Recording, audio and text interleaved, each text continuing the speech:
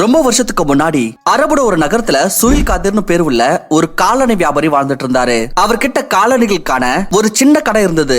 அவர் தினந்தோறும் வெகு காலையிலே அவரோட கடையை திறந்துருவாரு. அண்ட் நீண்ட ராத்திரி வரைக்கும் அங்கேயே காலணிகளை தயாரிச்சிட்டு இருப்பாரு. வெள்ளிங்க பாத்தீங்கன்னா சுயில் இந்த வேலையை கடந்த 4 வருஷமா பண்ணிட்டு இருக்காரு. பட் இன்னும் அவருக்கு இந்த வேலையில அவ்வளவு முன்னேற்றமே கிடைக்கல. இப்ப அவரோட நிலைமை எப்படி இருக்குன்னா, அவரோட வீடை நடத்துறதுக்கு கூட அங்க அவர் முழு 4 வேலை செய்ய வேண்டியது இருந்தது. அப்பதான் அவருக்கு கிடைக்கிற சம்பாதியத்தை வச்சு 2 வேலையாச்சும் சாப்பிட முடியும். ஒரு நாள் அதே நகரத்தை சேர்ந்த ஒரு பணக்கார நபர், அவரோட பேரு வஜாத் அலி. அவருக்கு அவருடைய தற்சமயத்து வியாபாரத்துல மிகப்பெரிய லாஸ் ஏற்பட்டுச்சு. இழப்பு எந்த அளவுக்கு பெருசுனா வெறும் 2 நாளுக்குள்ளேயே அவர் தன்னுடைய சேவிங்ஸ் வரைக்கும் இழந்துட்டு உட்காந்துட்டு இருந்தாரு. வஜாத் இப்போ சொல்றதுக்கு தான் பணக்காரர். ஏன்னா இப்ப அவருடைய தற்போதைய நிலைமை ஒரு சராசரி நபரை விட மோசமாயிடுச்சு. பட் ஆனா அவருக்கு அவரோட வீடு நடத்தணும். சோ இதன் காரணத்தினால் அவர் வேற ஒருத்தர் கிட்ட இருந்து கடன் வாங்குறது சரின்னு நினைச்சாரு. அவர் அவருடைய ஒரு கிளையண்ட போய் சந்திச்சாரு. அண்ட் அவர் அவர்கிட்ட ரெக்வெஸ்ட் பண்ணி எந்த அளவுக்கான காசு கடனா வாங்கினார்னா அதை வச்சு ஒரு சின்ன வியாபாரம் பண்ண முடியும். வஜாத் கூட காலனிக்கான வியாபாரம் பண்ணணும்னு யோசிச்சாரு. அண்ட் தற்செயலா அவர் அதே இடத்துல ஒரு கடையை திறந்தாரு. எந்த இடத்துல சுயலோட ஷாப் இருந்துச்சோ வஜாத்துக்கு அவரோட டைமோட மதிப்பு தெரிஞ்சிருந்தது. அவர் டெய்லி காலையில டைமுக்கு கடையை திறந்துருவாரு. வெல் இதே மாதிரி தான் சுயலும் பண்ணிட்டு இருந்தார். ஆனா அவர் நீண்ட ராத்திரி வரைக்கும் வேலை செய்யறதுக்கு பதிலா அவரோட கடையை சாத்திட்டு வீட்டுக்கு போயிடுவாரு. சுஹில் இந்த விஷயத்தை குறித்து தெரியாம இருந்தாரு. வஜாத் ஒரு மிகப்பெரிய வியாபாரியா இருந்தவர்னு அவர் மத்தவங்க போலவே ஒரு சராசரி நபர் நினைச்சிட்டு இருந்தாரு. பட் வஜாத் வீட்டுக்கு வந்ததுமே அவருடைய அடுத்த நாளுக்கான பிளானிங்ல இறங்கிடுவாரு. அவர் டெய்லி ஒரு ரிப்போர்ட் தயார் பண்ணார். லைக் எந்த மாதிரியான ஷூஸ் மீது மக்கள் அதிகமான இன்ட்ரெஸ்ட் காமிக்கிறாங்க, எவ்வளவு பிரைஸ் வரைக்கும் அஃபோர்ட் பண்ண முடியுது மக்களால், எந்த குவாலிட்டி அவங்களுக்கு ரொம்ப அட்ராக்டிவா தோணுது, எந்த விதமான ஷூஸோட டிமாண்ட் அதிகமாகுது, இந்த மாதிரி இன்னும் பல. தென் அடுத்த நாள்ல இருந்து அந்த டிமாண்ட்ஸை ஃபுல்ஃபில் பண்றதுல இறங்கிடுவார். இப்படி பண்ணதுனால் கொஞ்ச நாள்லயே வஜாதோட கடைக்கு ஏகப்பட்ட கஸ்டமர்ஸ் வர ஆரம்பிச்சிட்டாங்க. இப்போ ஏன்னா அவரோட வேலை கொஞ்சம் அதிகமாயிருச்சு. சோ அவர் தன் கூட ஒரு ஹெல்ப்பரை ஹையர் பண்ணிக்கிட்டாரு. இவர் ரொம்ப கம்மி டைம்லயே அந்த ஹெல்ப்பருக்கு அவர மாதிரியே காலணிகள் தயாரிக்க சொல்லி கொடுத்துட்டாரு. இப்போ வஜாத் சேல்ஸ்ல டிமாண்ட் வேலைகளை பாத்துக்கிட்டாரு. அண்ட் ஷூகளை அந்த ஹெல்ப்பர் தயாரிச்சிட்டு இருந்தார். இந்த மாதிரி கொஞ்சம் கொஞ்சமா செய்து வஜாத் அவரோட ஷாப்பை இன்னும் எக்ஸ்பேண்ட் பண்ணிட்டாரு. அண்ட் இன்னும் பல பேரை வேலைக்கு வச்சுக்கிட்டாரு. இப்ப அவர் வெறும் கேஷ் கவுண்டர்ல தான் உட்காருது. அண்ட் மிச்ச வேலை அவர் ஆட்கள் செஞ்சுட்டு இருந்தாங்க. வஜாத்தோட அதிகரிக்கிற வேலையை பார்த்துட்டு அவருக்கு வெவ்வேறு இடத்துல இருந்து சப்ளைஸ்க்கான ஆர்டர்ஸ் வர ஆரம்பிச்சது. சுஹேல் இந்த எல்லா விஷயமும் அவர் எதிர்க்கவே நடக்கிறத பார்த்துட்டு இருந்தார். அவருக்கு இதை பார்த்து ஆச்சரியமாயிடுச்சு. ஏன்னா இவர் எனக்கு அப்புறமா தான் இந்த வேலையை ஸ்டார்ட் பண்ணார். பட் ஆனாலும் என்னை விட இவ்வளவு வேகமா முன்னேறிட்டு போயிட்டார்.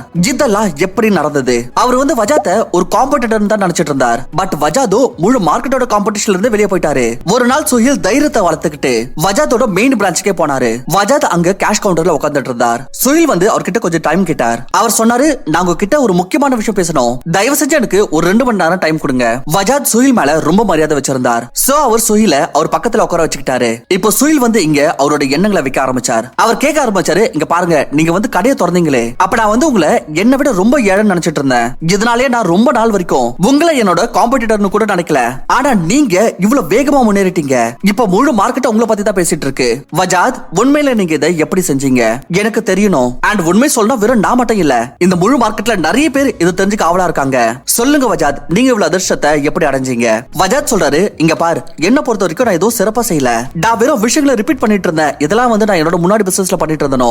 எனக்கு ஒரு சின்ன பிசினஸ் எப்படி பெருசாக்குறது, இதுக்கு பல வழிகள் தெரியும். நான் வெறும் அதை இங்கேயும் அப்ளை பண்ணேன். என்னால இவ்வளவு சொல்ல முடியும். அப்படி உனக்கு இந்த முறை முன்னாடி தெரிஞ்சிருந்துச்சுன்னா அப்ப வாய்ப்பு இருக்கு இன்னைக்கு நீ என்னை விட இன்னும் முன்னேறி இருப்ப. சுஹேல் சொன்னாரு, வஜாத், அப்படி உங்களுக்கு என்ன விஷயம்லாம் தெரியும், தயவு செஞ்சு சொல்லுங்க. நான் இந்த வியாபாரம் பல வருஷமா பண்ணிட்டு இருக்கேன். ஆனா இப்போ நான் சம்பாதிக்கிறது பார்த்தனா என்னோட ஒரு நாள் செலவுக்கு தான் பார்த்தது. சுஹேல் இவ்வளவு கவலைப்படத்தை பார்த்துட்டு வஜாத் சொன்னாரு, சரி கவலைப்படாத, நான் உனக்கு சொல்றேன். நான் ஸ்டெப் பை ஸ்டெப் சொல்றேன் நான் எப்படி இந்த growth அடைஞ்சேன்னு. ஃப்ரெண்ட்ஸ், இந்த கதையில பாத்தீங்கன்னா வஜாத் அவரோட சொத்தை எல்லாம் இறந்ததும் அப்ப இதனால வெறும் அவர் மட்டும் பாதிக்கப்படல, கூடவே அவரோட மொத்த ஃபேமிலியும் சஃபர் ஆச்சு. பட் லக்கிலி வஜாத் அந்த இடத்துல இருந்தாரு சிச்சுவேஷன்ல இருந்து ரெக்கவர் ஆகிறதுக்கு. ஆனா நினைச்சு பாருங்க, அப்படி வஜாதோட உயிருக்கு எதனா ஆயிருந்துச்சுன்னா, எதனா எதிர்பாராத ஆக்சிடென்ட்னால அப்ப அவங்களோட குடும்பம் என்ன ஆகும்? அது இல்லாம கூடவே அவங்களுக்கு எதனா ஒரு கடன் இருந்ததுன்னா அப்ப இந்த சினாரியோ இன்னும் மோசமாயிடும். அவங்களுடைய பசங்க அவங்க குடும்பத்துக்கு தேவையான காசு, எஜுகேஷன், மேரேஜ், மிச்ச செலவுக்குலாம் என்ன பண்ணுவாங்க? எதிர்பாராத சூழல்கள், ஆக்சிடென்ட்ஸ் மாதிரியான விஷயங்கள்லாம் நடக்கமா இல்லையான்னு நம்மளால ப்ரெடிக்டும் பண்ண முடியாது, நடந்த தடுக்கவும் முடியாது. ஆனா இதனால ஏற்படுற பைனான்சியல் பிரச்சனைகள் இருக்குல்ல, அதை நம்மளால தடுக்க முடியும். அப்படி நம்ம ஒரு டேர்ம் இன்சூரன்ஸ் எடுத்திருந்தோம்னா, இதனாலதான் நம்ம எல்லாருமே டேர்ம் இன்சூரன்ஸ் எடுத்துக்கணும் நம்ம ஏதோ சம்பாதிக்கும் போது. சோ தட் நமக்கு தவறா எதனா ஆயிடுச்சுன்னா அப்ப நம்மளுடைய குடும்பம் கஷ்டப்படாது. இது நம்மளுடைய குடும்பத்துக்கு தேவையான பைனான்சியல் ப்ரொடெக்ஷனை கொடுக்கும். இந்த இன்சூரன்ஸ்ல இருந்து கிடைக்கிற பணம் அவங்களோட வாழ்க்கையில கடனை திருப்பி கட்டவோ, இல்ல அவங்க பசங்களுடைய கல்யாணத்துக்கு, இல்ல எஜுகேஷனோட செலவுக்கு, இல்ல மற்ற விஷயங்களுக்கு உபயோகமா இருக்கும். சோ உங்க கரண்ட் ஆனுவல் இன்கம் எவ்வளவு இருக்குதோ அதை 20 மடங்கு மல்டிப்ளை பண்ணி என்ன அமௌண்ட் கிடைக்குதோ மினிமம் அந்த அளவுக்கு ஒரு லைஃப் இன்சூரன்ஸ் எடுத்துக்கோங்க. இப்போ ஆன்லைன்ல டேர்ம் இன்சூரன்ஸ் வாங்குறதுல ரொம்பவே சீப் ஆயிடுச்சு. டிஸ்கிரிப்ஷன்ல இருக்கிற லிங்கை கிளிக் பண்ணி உங்களோட டீடைல்ஸை என்டர் பண்ணி பாத்தீங்கன்னா உங்களுக்கு தெரியும். இப்பலாம் 2 crore கான கவரேஜ் எல்லாம் பாத்தீங்கன்னா மந்த்லி 695 ரூபாய் பிரீமியம்ல இருந்து ஸ்டார்ட் ஆகுது. யங் ஏஜ்ல எடுத்துட்டீங்கன்னா அப்ப இந்த பிரீமியம் அமௌண்ட்ல ரொம்ப கம்மியா இருக்கும். அண்ட் இதே அமௌண்ட் தான் இந்த பாலிசியோட டேர்ம் முடியற வரைக்கும் கண்டினியூ ஆகும். ஏன்னா வயசு ஆக ஆக இந்த பிரீமியம் அமௌண்ட்டும் இன்க்ரீஸ் ஆயிட்டு இருக்கும். சோ உங்களோட ஓன் டீடைல்ஸை என்டர் பண்ணி 51+ அவைலபிள் ஆப்ஷன்ஸோட கம்பேர் பண்ணி உங்களுக்கு ஒரு term life insurance up to 10% online டிஸ்கவுண்டோட அண்ட் 24/7 கிளைம் அசிஸ்டன்ஸோட அப்படி நீங்க செலக்ட் பண்ணணும்னு நினைச்சீங்கன்னா டிஸ்கிரிப்ஷன்ல இருக்கிற லிங்கை கிளிக் பண்ணி உங்களோட டீடைல்ஸை என்டர் பண்ணீங்கன்னா லிஸ்ட் ஆஃப் கோட்ஸ் வரும். அந்த கோட்ஸ் கம்பேர் பண்ணி பார்த்து உங்களுக்கு ஒரு ப்ரிஃபர்ட் ஆப்ஷனை செலக்ட் பண்ணிக்கோங்க. சோ வஜாத் சொல்றாரு, என்னோட முதல் சீக்ரெட் எனக்கு அதிகமான காசு சம்பாதிக்க உதவுது என்னன்னா அதுதான் என்னோட சரௌண்டிங்ஸ். ஆரம்பத்துல இருந்து என்ன சுத்தி எந்த மாதிரி நாட்கள் கூட வளர்ந்துருந்தேன்னா அவங்கள ரொம்பவே நல்ல லெவல்ல இருந்தவங்க. அவங்களுக்கு காசோட மதிப்பு ரொம்ப நல்லா புரிஞ்சிருந்தது. இன்ஃபேக்ட் என்னோட அப்பாவா அவரோட டைம்ல ரொம்ப பெரிய பணக்காரர். அவர் எனக்கு காசை குறித்து ஏகப்பட்ட லெசன் சொல்லி கொடுத்திருக்காரு. இவர் எப்பவுமே என்ன காசை வீணாக்க விட்டதே இல்ல. அவர் சொல்வாரு, அப்படி நீ தேவையான விஷயத்துல காசு செலவு பண்ண ஆரம்பிச்சனா அப்ப கொஞ்சம் கொஞ்சமா உனக்கு இது பழக்கமாயிடும். அண்ட் ஒரு டைம் வரும் அப்ப நீ உன்னோட ஒவ்வொரு காசுக்கும் எங்க ஆரம்பிச்சிருவ. அதாவது அவர் என்ன எப்பவுமே அவரோட காசை வீணாக்க விட்டது இல்ல, காசை சம்பாதிக்க கத்து கொடுத்தாரு. வெறும் இது மட்டும் இல்ல, அவர் எனக்கு டாக்ஸ் வராத விஷயங்களை பத்தி எனக்கு சின்ன வயசுல சொல்லி கொடுத்துட்டாரு. எனக்கு ஞாபகம் இருக்கு, சின்ன வயசுல எப்பலாம் அவர் என்கிட்ட சில பிஸ்கட்ஸ் எல்லாம் கொடுப்பாரோ அதுல இருந்து 4 ஒரு பங்கு குக்கீஸ் அவர்கிட்ட வச்சுப்பாரு. அண்ட் புரிய வச்சாரு, இங்க பார்க்கண்ணா அப்படி நீ டைம் இருக்கும் போதே காசை எப்படி நீ சரியா உபயோகிக்கணும்னு கத்துக்காம போயிட்டனா, லைக் எப்படினா உன் குக்கீஸோட 4 ஒரு பங்கு எடுத்துக்கிறனோ இதே மாதிரியே நீ சம்பாதிக்கிறதுல ஒரு பங்கு டாக்ஸ்ன்ற மூலமா கவர்மெண்ட் கிட்ட இருந்து எடுத்துக்கோ.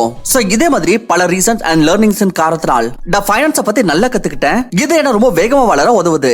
டி சொல்லு சுஹில், உன்னோட சரௌண்டிங்ஸ் எப்படி இருக்கு? உனக்கு யாரும் இந்த மாதிரி சொல்லி கொடுத்திருக்காங்களா? சுஹில் சொல்றாரு, வஜாத் உண்மை சொல்லனா எனக்கு இதுக்கு உல்டாவா தான் நடந்துச்சு. சின்ன வயசுல இருந்து பணத்தினால வீட்ல ஏகப்பட்ட பிரச்சனை. எங்க அப்பா பழைய பிலிம்ஸ் எல்லாம் பார்த்துட்டு எவ்வளவு பிரெயின் வாஷ் ஆயிட்டாருன்னா அவரை பொறுத்த வரைக்கும் யார்கிட்ட நிறைய காசு இருக்குதோ அவர் தான் உண்மையான வில்லன். அதாவது அவர் அதிகபட்ச பணத்தை பிரச்சனைக்கான காரணமா பார்த்தாரு. நிறைய வாட்டி அவர் சொல்லி கேட்டிருக்கேன், கடவுள் நமக்கு என்ன கொடுத்திருக்காரோ அதை வச்சு சந்தோஷமா இருக்க கத்துக்க. எல்லாமே தலைவிதி தான். நம்ம தலைவிதி இந்த மாதிரி வாழ்க்கை இருக்கு, நம்மளால இதை மாத்த முடியாது. வஜாத் சுயிலுக்கு புரிய வச்சார், இங்க பார் பணத்தை பிரச்சனையா பார்க்க கூடாது. உண்மையில பணம் கஷ்டம் கொடுக்கக்கூடிய விஷயம் இல்ல, இது ஒரு நல்ல வாழ்க்கை வாழறதுக்கான டூல். இவ்வளவு நாள் நீ முன்னேறாம இருக்கல அதுக்கு நீங்க கம்மியா வேலை செய்றீங்கன்னு அர்த்தம் இல்ல. இதுக்கான உண்மையான காரணம் என்னன்னா உனக்கு காசை சரியாக பயன்படுத்த தெரியல. உங்ககிட்ட என்ன காசு மிச்சம் இருக்குதோ அது எல்லாத்தையும் நீ அப்படியே செலவு பண்ணிடுற. அந்த பணத்தை உன்னோட ஷாப்புக்கும் போடுறது இல்ல, கடையில இருக்கிற ஷூவோட குவாலிட்டி அதிகரிக்கிறதுக்கும் போடுறது இல்ல. ஆனா பார்த்தனா கவலை மட்டும் படுறது எனக்கு growth ஏற்படலன்னு. சுஹில், இதுல என்ன சென்ஸ் இருக்கு? முதல்ல நீ உன்னோட எண்ணங்கள் மீது வேலை செய்யணும். யாரெல்லாம் நல்ல லெவல்ல இருக்காங்களோ அவங்க கூட பழக ஆரம்பி. அப்படி பழக முடியலனா படி அவங்கள பத்தி தெரிஞ்சுக்கோ, அவங்க எப்படி பணத்தை யூஸ் பண்றாங்கன்னு. எப்படி பணத்தை வேற ஒரு கண்ணோட்டத்துல இருந்து பார்க்க ஆரம்பிக்கிறியோ உன்னோட மைண்ட்ல ஏகப்பட்ட முறைகள் வர ஆரம்பிக்கும். இது உன்னை பணக்காரனாக உதவி செய்யும். ரெண்டாவது சீக்ரெட் என்னன்னா எனக்கு ரொம்ப நாளாவே காசை சேமிக்கணும்ன்றது மீது நம்பிக்கையே இல்ல. சுஹில் வஜாத நடுவுல குறுக்கிட்டாரு, அட என்ன சொல்றீங்க நீங்க? இப்பதான் நீங்க காசை சரியா உபயோகிக்கணும்னு சொன்னீங்க. காசை சேமிக்கிறதுனால நம்ம அட்லீஸ்ட் காசை வீணாக்காம இருக்கிறோம், அப்புறம் ஏன் இந்த மாதிரி சொல்றீங்க? வஜாத் சொல்றாரு, சுஹில் நான் சொல்றத முழுமையா கேளு. இங்க எமர்ஜென்சி ஃபண்ட பத்தி பேசல, அது வேற ஒரு விஷயம். இங்க சொல்லிட்டு இருக்குது சேவிங்ஸ் பத்தி. சரி நீ சொல்லு, உங்ககிட்ட சேவ் பண்ண காசு இருக்கு, அப்படி அதை எங்க வைப்ப? சுஹில் சொல்றாரு, நான் வீட்ல வைப்பேன், அப்படி அதிகமா இருந்துச்சுன்னா பேங்க்ல போடுவேன். அப்புறம் வஜாத் சுஹில் கிட்ட திரும்பவும் கேட்டாரு, வீட்லயோ பேங்க்லயோ வைக்கிறதுனால இந்த காசு உனக்கு எந்த அளவுக்கு பிரயோஜனமா இருக்கும்? சுஹில் கொஞ்சம் யோசிக்க ஆரம்பிச்சாரு. லாபம் ஏதோ கிடைக்காது. வஜாத் சொல்றாரு, சுஹில் இந்த காரணத்தினால தான் நான் காசு சேமிக்கிறது மீது நம்பிக்கை வைக்கிறதுல. அப்படி உங்ககிட்ட மிச்சம் எதனா காசு இருக்குன்னா ஆண்டனி அதை வச்சு எந்த ஒரு பிரயோஜனமும் அடைய மாட்டேற. சோ அந்த காசை சேமிக்கிறதுல எந்த ஒரு அர்த்தமும் இல்ல. என்னோட கடையில அதிகமான கஸ்டமர்ஸ் வந்தப்போ அப்ப என்னோட சேல்ஸும் நல்லா நடந்தது. இதன் காரணத்தினால் என்கிட்ட ஒரு நல்ல சேவிங் உருவாச்சு. ஆனா அதை நான் உன்ன மாதிரி வீட்ல வைக்கல, அண்ட் ஈவன் பேங்க்லயோ போடல. அதை இதே வேலையிலேயே திரும்ப போட்டேன். அந்த காசை வச்சு ஒரு நார்மலா தெரியுற ஷாப்பை ஒரு பிரீமியம் இன்டீரியருடன் டிசைன் பண்ணேன். அண்ட் என்ன மாதிரியான ஒரு லுக் கொடுத்துறேன்னா இதை பார்க்கறதுனால மக்களுக்கு தோணணும் என்னோட ஷாப்ல லக்ஸரி அண்ட் பெஸ்ட் குவாலிட்டிஸான ஷூஸ் கிடைக்கும்னு. ஆனா நான் ஷூஸோட பிரைஸ் அதிகமாக்கல. சோ இதனால எப்பல கஸ்டமர்ஸ் என்னோட ஷாப்ல விசிட் பண்ணாலும் அப்ப அவங்க இதை பார்த்து தகிச்சு போயிடுவாங்க. இவ்வளவு பிரீமியம் ஷாப்லயும் அவங்களுக்கு இவ்வளவு அஃபோர்டபிள் பிரைஸ்ல ஷூ கிடைக்குதுன்னு. என்னோட ஷாப்ல இருந்து எந்த கஸ்டமர்ஸ் எல்லாம் வெளியே போறாங்களோ அவங்க உங்களுக்கு தெரிஞ்சவங்க எல்லாருக்கும் என்னோட ஷாப் தான் ரெக்கமெண்ட் பண்ணுவாங்க. இதனால வேர்ட் ஆஃப் மவுத் மூலமா என்னோட சேல்ஸ் அண்ட் growth அதிகரிச்சுட்டே போனது. இப்ப நினைச்சு பாரு, அப்படி நான் காசை சும்மா சேமிச்சு மட்டும் வச்சிருந்தேனா அப்ப என்னால அந்த சின்ன கடையை விட்டு எப்பவும் வெளியே வந்திருக்க முடியாது. ஆனா நான் காசை சேமிக்கிறது மீது இல்ல, மிச்சம் வரத காசை போட்டு என்னோட இன்கம் அதிகரிக்கிறது மீது கவனத்தை செலுத்தினேன். இப்ப என்னோட இன்கம் எப்படி இருக்குன்னா நான் எவ்வளவு விலை அதிகமான பொருட்கள் வாங்கினாலும் சரி என்கிட்ட காசு கடை குறைவே ஏற்படாது. சீக்ரெட் நம்பர் 3, எவ்வளவு அதிகமா நீ மக்களுக்கு வேல்யூ கொடுக்கறியோ அந்த அளவுக்கு அதிகமா நீ சம்பாதிப்ப. இதுக்கு நான் உனக்கு என்னோட எம்ப்ளாயிஸோட எக்ஸாம்பிளே சொல்றேன். வெல் எனக்கு அண்டர் ஏகப்பட்ட பேர் வேலை செய்யறாங்க. ஆனா இதுல தானிம் அண்ட் நதிஷ்ண 2 எம்ப்ளாயிஸ் எப்படி இருக்காங்கன்னா அவங்களோட ஒர்க்கிங் ஹவர்ஸ் வந்து அப்படியே சேமா இருக்கும். அதாவது இவங்க நாள்ல 8 மணி நேரம் வேலை செய்வாங்க. ஆனா இங்க நதீம்க்கு சேலரியா 15,000 ரூபாய் மாசம் கொடுக்குறேன். ஆனா தானிஷ்கோ அதே அளவுக்கான வேலை செஞ்சதுக்கு 80,000 ரூபாய் கொடுக்குறேன். சுஹைல் ரொம்பவே ஆச்சரியமா கேட்டாரு, அடையே இவ்வளவு பாகுபாடு, 2 பேரும் 8 மணி நேரம் தானே வேலை செய்யறாங்க, அப்ப ஏன் இவ்வளவு வித்தியாசம் சேலரியில? இங்க பாரு, அதுக்கான காரணம் என்னன்னா அவங்களுடைய திறன்கள் வேற. நதீமோட ஒர்க் வந்து ஒரு ஹெல்பர் வேலை. அவர் 8 மணி நேரத்துக்கு பொருட்களை தூக்கவோ இங்க எடுத்துன்னு போக உதவி செய்வாரு. அதே தானிஷ் என்னோட அக்கவுண்ட்ஸ் மேனேஜ் பண்றாரு. அவர் 8 மணி நேரத்துக்கு டாக்ஸ் பிளானிங் பண்ணுவாரு. வெவ்வேறு விஷயங்களுக்கு பட்ஜெட் உருவாக்குறாரு. ஃபைனான்சியல் ரிப்போர்ட்ஸ் தயார் பண்றார். அண்ட் இந்த வேலைக்காக மாசம் அவருக்கு 80,000 ரூபாய் கிடைக்குது. இந்த விஷயத்தை நான் ஒரே லைன்ல சொல்லணும்னா ஒருத்தரோட திறன் எந்த அளவுக்கு இருக்கோ அந்த அளவுக்கு அவருக்கு காசு. இத கேட்கறதுக்கு வேணா உனக்கு கொஞ்சம் விசித்திரமா தோணலாம். ஏன்னா நான் பாத்திருக்கேன், நீ ஷூக்கள் தயாரிக்கிறதுக்கு ரொம்பவே அதிகம் உழைச்சிருக்க. ஆனா ஃபேக்ட் என்னன்னா உன்னோட இன்கம் வந்து உன்னோட உழைப்பு மீது இல்ல, உன்னுடைய திறன் மீது தான் டிபெண்ட் ஆயிருக்கு. மக்களுக்கு நீ எவ்வளவு அதிகமான வேல்யூ கொடுக்கறியோ அந்த அளவுக்கு அதிகமான காசு சம்பாதிப்ப நீ. சோ வெறும் உழைக்கிறதுலயே உன்னோட டைம் வீணாக்காத. எதுனா ஒரு திறனை கத்துக்கோ, எது ரொம்பவே வேல்யூபிளா இருக்கோ. நீ லீடர்ஷிப் கத்துக்கோ, மார்க்கெட்டிங் எப்படி பண்ணுவாங்க அதை தெரிஞ்சுக்கோ, ஒரு ஸ்ட்ராங் நெட்வொர்க் எப்படி உருவாக்குறது அதை பத்தி தெரிஞ்சுக்கோ. இந்த மாதிரியான திறன்களை உங்களுக்குள்ள வளர்த்துக்கிட்டா அப்புறம் பாரு உன்னோட கஸ்டமர்ஸ் திரும்ப உன்கிட்ட வரவே ஆர்வமா இருப்பாங்க. என்னோட அடுத்த சீக்ரெட் என்னன்னா, நான் எப்பவுமே கடனை ஒரு தப்பான பார்வையில பார்த்தது இல்ல. ஏன்னா எல்லா கடனும் தவறு இல்ல. ஏன்னா சில நேரத்துல கடன் உங்களுக்கு ஒரு வரமா கூட மாறலாம். நான் நிறைய பேரை பார்த்திருக்கேன், கடனே ஒரு தவறான விஷயம் நினைச்சிட்டு இருக்காங்க. இன்ஃபேக்ட் நிறைய பேர் சொல்லிருக்காங்க, கடனை வாங்காத ஹஜாத் உன்னோட நிலைமை என்னதான் மோசமானாலும் சரி. ஆனா உண்மையை சொல்லட்டா, நான் இன்னைக்கு இந்த ஷூ பிசினஸ்ல எந்த ஒரு நிலைமையில இருக்கணும் அது பாசிபிளே ஆயிருக்காது அப்படின்னா கடனை வாங்காம இருந்தேன்னா. நான் சொன்ன நம்ப மாட்டேன், நான் என்னோட ஒரு கிளைண்ட் கிட்ட போன காசு கேட்கறதுக்கு நான் அவர்கிட்ட ரொம்ப ரிக்வெஸ்ட் பண்ணேன். அவர் கொடுத்த காசை வச்சுதான் நான் இந்த சின்ன கடையை திறந்தேன். அண்ட் இன்னைக்கு பாரு இது அந்த கடனோட ரிசல்ட் தான். சோ இதனால தான் சொல்றேன், எல்லா கடனும் மோசமானது இல்ல.